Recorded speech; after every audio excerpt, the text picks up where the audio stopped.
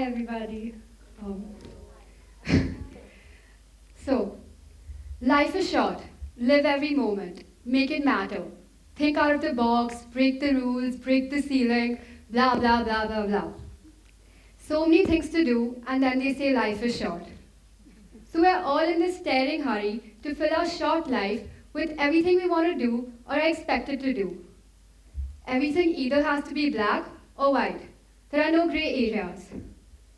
We live in this era which is all about instance and high speed. It's not about pace. Instead, it's become like a race. So what I'm going to talk about today is... Oh, I'm sorry, that wasn't my phone. How many of you checked as well? It got you, didn't it? Let me first apologize for being so rude. I mean, I'm here to give a TED talk, and a minute into my speech, a message tone goes off somewhere in the audience, and I instinctively respond to check my phone. Wait, that was almost like a reflex. Has this ever happened to you? Why am I even asking? I mean, it's the 21st century, and the phone is like an appendage to our body. It instinctively responds to its stimuli. Today, we have apps to do everything for us. Swipe right to find a dinner date, click here to find your soulmate, scroll down to get the best rates, or if you need a quick fix, look it up on Google, you don't have to wait. This terrific thing called technology has us addicted. You could call it your superpower or magic wand, whichever title you think is cooler. But the truth of the matter is that we are its victims. Now you must be wondering what it's got to do with breaking the glass ceiling. Nothing, right? Wrong. It has everything to do with it, and you will find out too if you break that little glass ceiling of yours that is in your hand. Yes, I'm talking about your phone. Wait, don't actually break it, huh? The cell phone has become like a man Friday. We depend on it for everything. It's our diary, our alarm, our clock, our reminder. We even take pictures on it.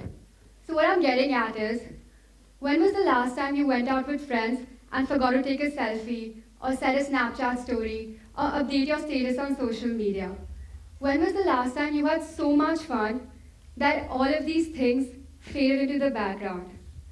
I'm stepping out of this one because I just updated a Snapchat story before I got onto the podium. Technology has just not taken charge of our daily life. It has affected our social life too. Virtual family chats have replaced the good old traditional get-togethers. Digital photographs have infected and photoshopped the nostalgia of aged yet ageless prints. It's not only family sizes that are diminishing, but the ties that bind them together are fading away too.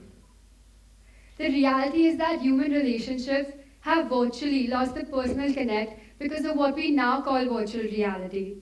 I wouldn't be surprised to see if the Chinese develop an app in their quest to reduce their population to deliver virtual babies to real parents. So having conquered the personal and social aspects of our life, you will agree that somewhere down the line, we do depend on Google for all our answers.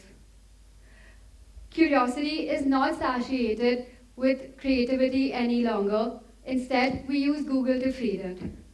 We climb onto the search engine for the smallest of smallest things, be it recipes, makeup techniques, styling ideas, to bizarre things like how to grow taller in 10 days, how to lose weight in 24 hours, and things like that.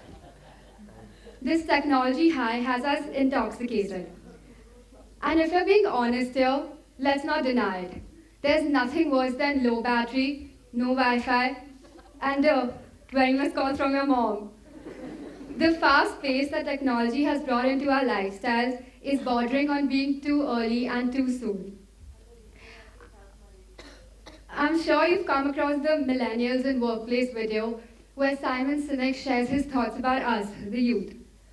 Did you know that the same hormone, dopamine, is activated and released into your bloodstream when you receive a text message or send a message, and when you drink alcohol? So for every teenager over here who doesn't drink and because they are because you're underage, you should know that you're indeed damaging your body in the same manner as a consumer of alcohol in lesser amounts.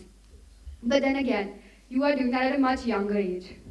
According to him, if there is an age limit on addictive substances like alcohol, then why isn't there an age limit on the most addictive substance, which is social media? And he's not talking about Facebook's age limit where you get a notification wishing your friend happy 110th birthday. A legitimate age limit and the fact that we don't have the limit right now just means that we ourselves have opened the bar cabinet and are letting these teenagers go and exploit themselves. With every text message we send or every update we make on social media, we are reducing the resourcefulness of our brain.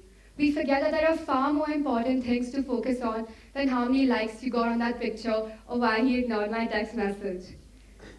Ever wondered why your memory isn't as good as your mom's or why you can't recollect certain things that happened a few days ago? Maybe it's because of this reason, or maybe it's because you have something called techno-amnesia. I just made that up to sound cooler, there's no word like that. From the experiences that I've encountered, I know it's very difficult to give up things that you crave the most. And therefore, it is obviously not humanly possible to completely isolate yourself from this addiction and place a ban on this temptation. However, just like how rehab works for every other addictive substances, we can implement a digital detox and limit our usage of technology. We can restrict the time frame we use it for, and instead of using it for intervals throughout the day and reducing our neural networks, we can use it at the end for a certain period of time and then go to bed with a good night's sleep. I know I'm not old enough to use my worldly wisdom to preach or criticize the footsteps of technology and progress. All I can do is question whether this dependency that we have developed on technology is actually imprisoned us, has actually imprisoned us. For the first time round, when I came out to think about what I would do without technology, I couldn't really think of anything, and that psyched me out. So for the second time, I actually left my phone and gave into a frustrating half day, itching for it, craving to log on to my social media, and dying to binge watch on my favorite TV shows. And then for the lack of nothing better to do, I began to finish hordes of unfinished work and pending tasks. By night, I was surprised by how much I had actually finished, and that is when I realized that what my parents keep telling me every day is actually true, and I should listen to them more. Now coming to the bigger picture, biologically we all are alive, but mentally we are corroding inside. The intelligence that makes us the most powerful species on this planet is slowly but surely becoming the unbreakable glass shield that covers us, and this is the glass ceiling that we should focus on breaking. If this 16-year-old high school girl can wake up to the flip side of this boon called technology, then it shouldn't be that difficult for every other person sitting here who is way smarter, way older, and way wiser than I am to act upon this and make it work. If this stage is provided to spread ideas and share innovation, I want to spread the idea that this mindful brain that we've been endowed with is real and virtually irreplaceable. And this is the virtual reality that we must not neglect in the light of progress through technology. Last but not the least, free your mind, live every moment, make it matter, do not care about anything because everybody dies, but not everybody lives. Thank you.